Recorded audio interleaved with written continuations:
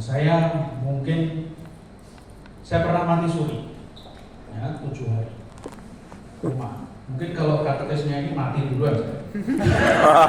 Atau kejualan begini. Aduh. Apa soal waktu bukan kita. Soal Tuhan mau menyembuhkan dan memberikan mukjizat bukan lagi kita yang punya kuasa. Saya sadar itu ketika kok saya di sini, saya diberi peringatan, jadi saya mati ya. Lalu kemudian badan saya sakit semua dan saya merasa ini ternyata saya koma 7 hari belum titik. Nah, misalnya kayak gitu.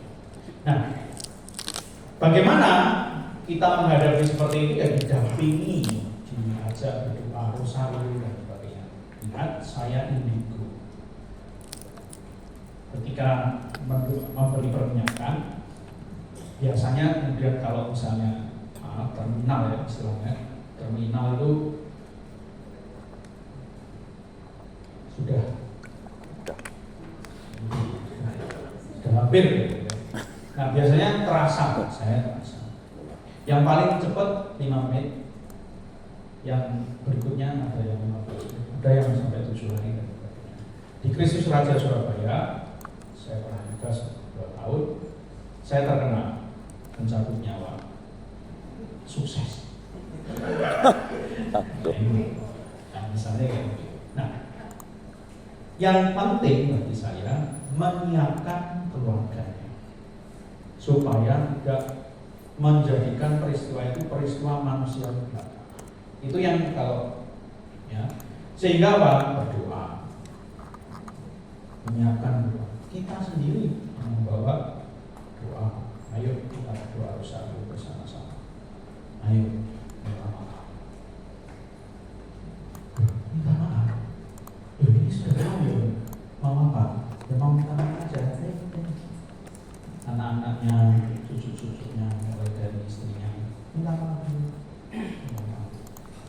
Udah, baru anaknya yang kedua berangkat.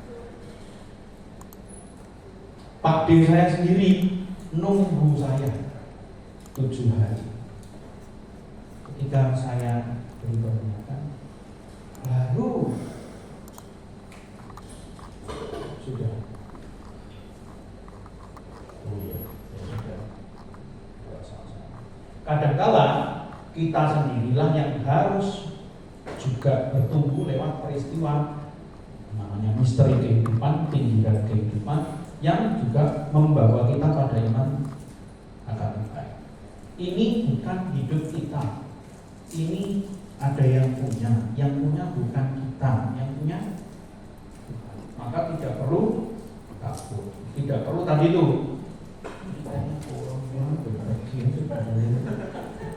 Lalu juga sudah biarkan Tuhan yang memutuskan, karena kita menyiapkan yang hidup ini. Karena bukan urusan kita ini dicabut oleh enggak ya, bukan urusan kita. Tetapi urusan kita membantu yang hidup itu, misalnya siapkah menerima kenyataan yang tidak dia sukai, misalnya itu saja. Ya. Nah, disitulah peran katekisme, disitulah peran pastoral yang kemudian menjadi kekuatan bagi. Nah, persoalan kemudian ada bagaimana membuat umat, bagaimana membuat imam memahami persekutuan, persahabatan, keluargaan. Nah, ini menjadi kesepakatan. Nah, kalau saya, kesepakatan saya dengan anak-anak mahasiswa, saya cuma mau menunggu 5 menit. Bisa jam 3, 5 menit, saya mulai. Kurnya cuma 1, ya sudah, tidak apa. Itu terjadi juga. Tidak apa-apa, karena itu tetap pilihan. Ya, mendisiplinkan itu kan pilihan loh. Soal pilihan itu ya non degustivus, non diskutatif. Mau tes itu kan rasa, mau diperdebatkan. Ada yang suka telat, ada yang suka tidak telat, suka. Ngapain? Nah, itu misalnya kan. Nah, sehingga kalau saya ya semuanya tergantung pada situasi. Apa kesepakatan? Kalau saya selalu apa yang bisa saya kerjakan ya saya kerjakan. Misa, nggak bisa kalau misa aja. Bagaimana kalau misa jam 4? Karena nanti saya misa jam 7 di sana. Kalau jam 4 atau jam 5 saya masih bisa. Oh nggak mau, sudah cari waktu yang lain. Beliau itu gitu. Usul bagaimana kalau komunikasikan. Bagaimana membawa kembali umat mencintai gereja? Kunjungi aja. Diajak ngobrol, mungkin di rumahnya ada apa atau kita bawa apa. Ngobrol. Mahasiswa-mahasiswa saya baru datang pertama kali di sini untuk menggarap mahasiswa tahun 2023 bulan Januari. Saya kunjungi semua KMK. Kunjunginya di mana? Jadi kafe-kafe itu. Jalan Reformasi Pontianak itu semuanya kafe sudah pernah saya masuki. Mulai jam 7 sampai jam 11 jam 12 malam, jam 2 malam, ngobrol dengan mereka. Apa yang mau mereka kerjakan bersama-sama. Nah, ketika mereka sudah dikunjungi, disapa, kenal, telepon, ini ya, yuk kita begini. Ya mau berapa? Bagaimana mungkin kita bisa mengajak kembali umat kalau kita nggak kenal? Mereka nggak nyaman dengan kita. Bagaimana supaya nyaman? Ya jangan ditanya, ngapain nggak ke gereja? Marah ya. Ditanya, panen apa? Ditanya rumahnya ada apa? Bagaimana anak-anaknya? Kopi kok nggak keluar hari ini? Itu ditanya. Biasanya ada juga air kata-kata kok di sini ada.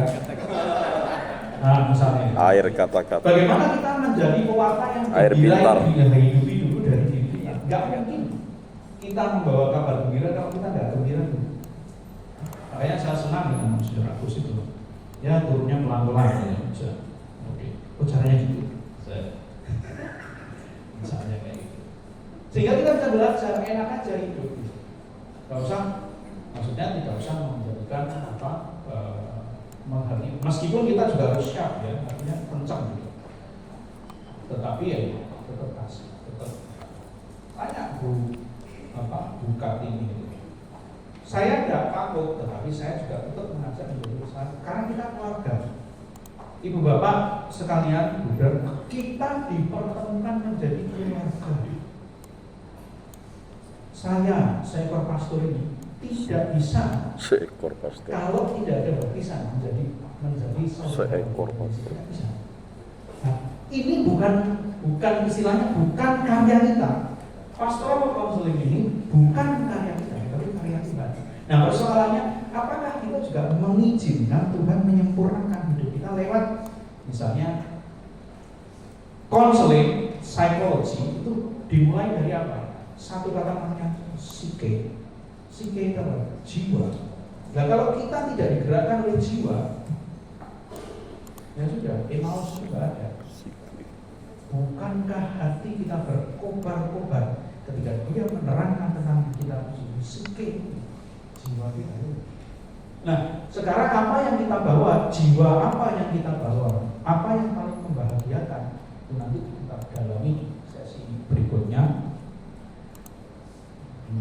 Kalau menurut saya, maka katakanlah bikunya dari psikologi konseling bikunya menjadi hati kita mau apa untuk sesuatu. Apakah juga kita terbuka? Kamu dari mana? Dari melalui mana? Sokan. Nah, saya biasanya ke sebelahnya pastoran, apa namanya di sebelahnya Coach Charles, betul. Misalnya 2 atau 3 anak pastoral mahasiswa juga anak pasar. Jadi semuanya alumni Santa Maria dari Melawi.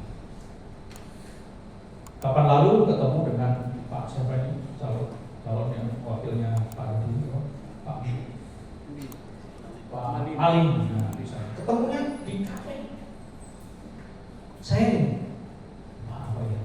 Kok rasanya itu saya pernah ketemu, tapi apakah benar? Bapak dari mana? Iya Pak, saya itu kawannya Om Pak. Oh, pastor juga? Iya, saya Pak Maling. Oh iya. Terus ini kenalan dengan anaknya. Saya Bu ini anak saya ini. Gitu. Loh, anaknya siapa namanya? Namanya ini. Tinggal di mana Pak? Jangan-jangan saya pernah ketemu Pak. Apa anaknya ini sepupunya dengan Nandus, anak dulu mantan pacar saya? Nah itu kami bersaudara. Ya sudah, tidak jadi bayar saya. Mantap. Nah, Ibu Bapak, saya hanya ingin memberi ilustrasi bahwa dari kitab suci, psikologi yang terdalam, pikiran itu membuat kita menjadi pewarta. Pastoral itu muncul. Kalau kita tidak mengolahnya dulu, semua kita, Bang Timo tadi pertanyaannya sungguh penting. Bagaimana kita nanti jangan-jangan jadi abal-abal? Enggak, nenek kita itu loh psikolog yang paling hebat. Semua cucu nenek saya datangnya kemana? Konselingnya ke psikiater. Adik saya psikiater, tapi tidak datang kok mereka. Datangnya ke nenek saya. Sembuh dari hati, tidak untuk hakimi, tidak untuk tidak juga ingin menyembuhkan semuanya, tidak juga, tapi untuk misalnya ini break dulu ya, nanti langsung masuk pada pertanyaannya Bang Evi. Saya tadi baru nengok dari sana.